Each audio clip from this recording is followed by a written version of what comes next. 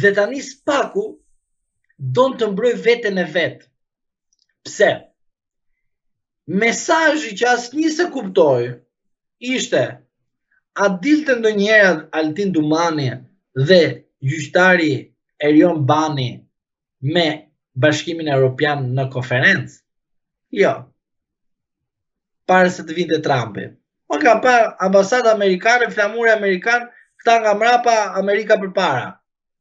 Por, sapo Trumpi tha, bye Soros të USAID-i, obdat e të tjerë në shtëpinë tuaj sepse Amerika nuk jep më qyl para, dhe sapo ambasada amerikane doli në deklaratë dhe tha, no lek, no money, no lefta, tha.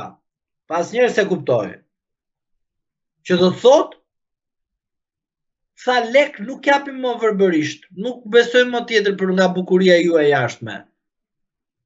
Që do të thot, Dumani, Bani, Dado e të tjerë në prokurorinë e posaçme nuk janë në luftën e asaj që themi për një drejtësi të bukur europiane. Jo, janë në luftë për karrierën e tyre, që mos shkojnë të bëjnë azilandja shtetit, punojnë në një mekanizëm të mirë që i janë dërguar kur është prish pazari nëpërmjet tyre duke vjedhur popullin shqiptar. Veprat penale i kanë aty dhe në momentin që vjen orari, fillojnë edhe luftojnë. Po kjo nuk do të thotë që Spaku që ka shumë profesional. Por kjo do të thotë që politika jonë është kaq e ndyrë që në vend që të bëhet politik në parlament, këta do shkyjnë njëri tjetrin duke u shkyer të gjithë prokurorët që të rrinë dhe të qëndrojnë atë prokurori për mirë apo keq, sepse këta pikrisht kanë bërë gabimin fatal duke ikë nga parlamenti në prokurori, me këmbët e tyre, me duart e tyre.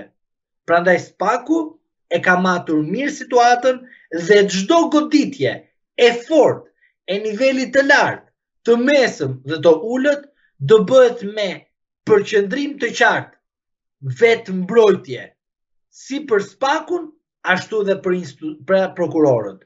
Dhe kjo do të bëhet për të treguar jo që ne duam ndryshim rotacion, ne duam që në rast se PS dhe PD prek kushtetutën, mos na prek, se në rast se do ta prekin kushtetutën, edhe deputet që do të jenë vetë ata, sigurisht që ne do t'i arrestojmë në flagrancë, sepse flagranca është tek vendimi i gjykatës kushtetuese kur legjitimon prokurorin në çdo moment edhe të ndalojë një politikan, një deputet e ta vendosi detyrim paraqitje për një procedim penal.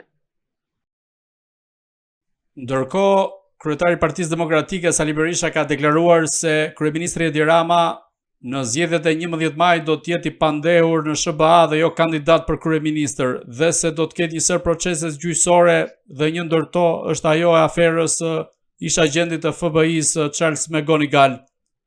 Gjithashtu ka theksuar se mund të ekstradohet për në Shtetet Bashkuara të Amerikës. Nisur nga ekspertiza juaj, si mund të realizohet një procedurë e tillë e ekstradimit të Edi Ramës në Shtetet Bashkuara të Amerikës, po të kemi këtu dhe parasysh precedentin e Noriegës? Së pari, unë mbaj rezerva nga deklaratat e zotit Berisha, për arsye se zoti Berisha dhe zoti Rama në momentet më të vështira dhe kardinale për qytetarët shqiptar, rasti Gërdeci, kanë bërë një marrëveshje për të mbrojtur njëri tjetrin dhe për të rritur pozitat brenda partive tyre respektive.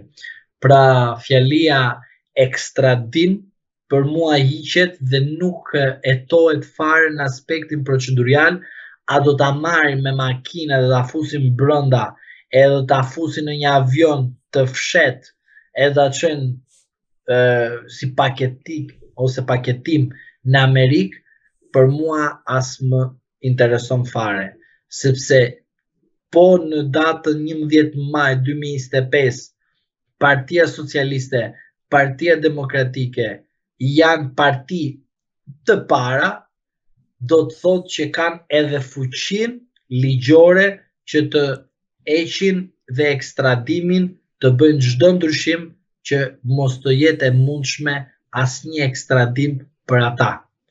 Është parë edhe në rastin më flagrant të 21 janarit, kur Edi Rama harroi në një moment videon korrupsionit asaj kohe të Ilir Metës dhe bëri bashkëqeverisje me Ilir Metën.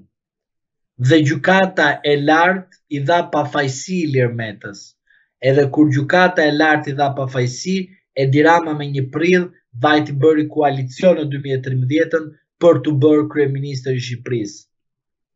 Pra, në këto dy fakte, Gërdeci dhe 21 janari kanë një ngjarje më të rënda që kanë ardhur si pasojë të një marrëveshje politike dhe ju më vini këtu në 2025 edhe më thoni deklaratën e zotit Berisha. Po ajo deklarata tjetër që nuk i bindemi gjykatës kushtetuese, por për arsye se do të kishim bërë një parcelizim të karrigeve të deputetit, ju bindëm gjykatës kushtetuese duke bërë ndryshime në datën 26 korrik 2024 në mes të verës dhe ti në mas siguri arrest në shtëpi, kur një drejtësi ishte korruptuar, e kapur dhe të gjitha këto, dhe ju më vini sot mua dhe më bëni pyetje për sa i përket ekstradimit. Të tallemi ne me qytetarët shqiptar, se do Saliu dhe Edi Rama të tallemi ne me popullin shqiptar. Ore, duhet kemi parasysh diçka më popull, se unë këtë nuk kuptoj. Ju mendoni që ne flasim edhe kundër Saliut dhe kundër Ramës për arsye politike dhe mendoni se po i bëjmë fres njëri tjetrit. Tjetër është në rastin një procesi penal që ndiqet ndaj një individi, le të jetë Sali Berish, le të jetë Ilir Met, le të jetë Edi Ram, normalisht që themi prezumimi pafajësisë është ana profesionale. Por ne nuk mundet të marrim si të mirëqen ekstradimin e Edi Ramës, sepse thot Sali Berisha. Dhe nuk mund të marrim të mirëqen antarësimin në Bashkimin Evropian brenda 2027-s, sepse thot Edi Rama. Dhe ku ne ndërkohë në Fryrëfer nuk kemi qumësht, jo më të kemi në Guzhin buk. Të besojmë Edi Rama dhe Sali Berishën që një pensionist me 100.000 lekë? Për çfarë ta besojmë? Të besojmë Edi Ramën që vajti në kohën kur kemi zgjedhje dhe bashkë me Sali Berishën bërën nga 75 ditë, 50 ditë afatin e kodit zgjedhor. Marrëveshje. Edhe të besojmë Edi Ramën dhe Sali Berishën për ekstradimin. Po më falë, me kë po tallemi? Me veten tonë. Prandaj duhet i them çdo qytetari, majtas djathtas, me parti pa parti. Parsore është pjesëmarrja në zgjedhjet parlamentare për të goditur dyshen e tmerrshme. Berisha dhe Rama kundrejt popullit shqiptar.